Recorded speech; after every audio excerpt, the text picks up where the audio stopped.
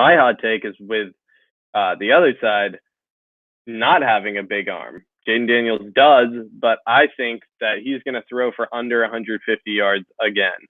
He only had 134 against USC, so it is, tough to bet against someone as talented as Daniels to have that bad of a game twice in a row.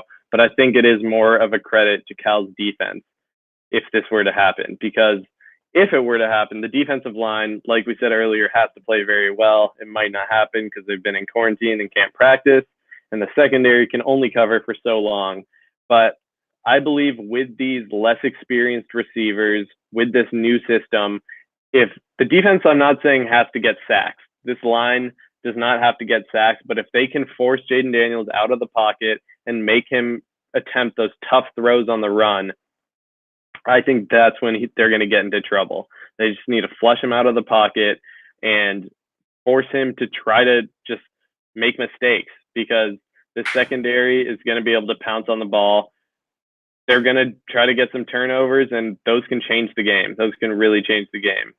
So that's my hot take.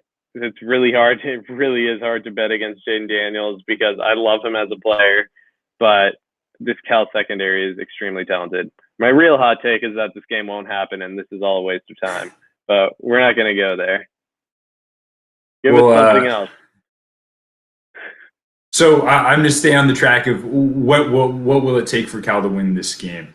I said that Arizona State missed a lot of tackles in the last game, and it was because USC had some big physical backs. I think Cal has some of those big physical ball carriers as well. Chris Brown Jr. has had some phenomenal games as a Bear. I think this could be another one. I think my hot take, CBJ goes for over 100 yards. Arizona State just can't bring the guy down. He throws in maybe a touchdown or two. He keeps this game close just because he's physical, just because he can put his shoulder down and go right through you like, I don't know, you're a piece of paper. That's my hot take for this one. CBJ just comes out and has an enormous game on the ground. Even if Cal's offense struggles a little bit, even if Garbers can't quite get in, CBJ's not going to have any trouble. He's behind an offensive line that's now extremely experienced and extremely healthy and extremely deep. Bro, he is going to go off. Arizona State had next to no penetration in their game against USC. CBJ is going to be running downfield a lot. Well, that works well because my other one was that I'm going to one-up you right here. CBJ is going to run for more than 120 yards and a touchdown. That's exactly what I've written. And I think it's going to happen because of what I said earlier. I think Cal will lean on the run game more heavily this game and early on in the season in general because they don't want to put too much on Garbers' plate in a new scheme. I feel like Musgrave is going to want to let Garbers sort of read the defense, feel it out first before he's just having all these crazy route combinations and throws that have never been attempted during a game before. So we know what we're getting with CBJ. I'm glad we're on the same page there.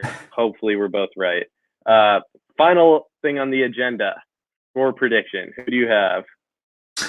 I got to say, this is going to be a hard game for the Bears to win. Not impossible. We said if CBJ can go off, I mean, you always have a chance when Chris Brown Jr. is running downfield. I think Arizona State wins this, though. I think there's too much that Cal's going to have to fight through.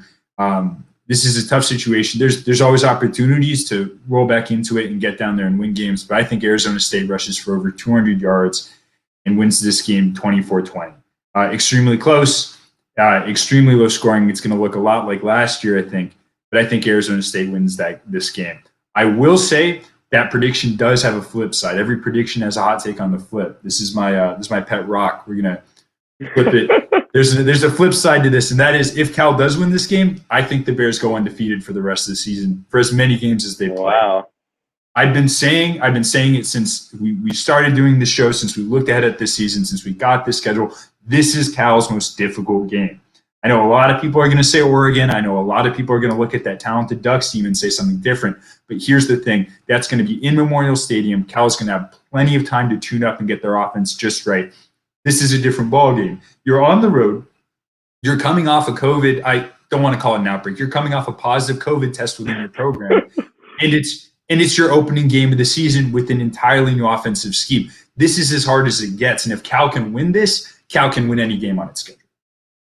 Yeah, so you're taking ASU right on the line. They're favored by 4 points right now. You have them winning by 4.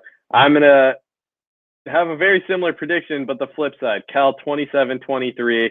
We have less than a minute left to go, but I think the coaches will have this defense ready. They have film to go off of. That's not something ASU has for Cal's offense.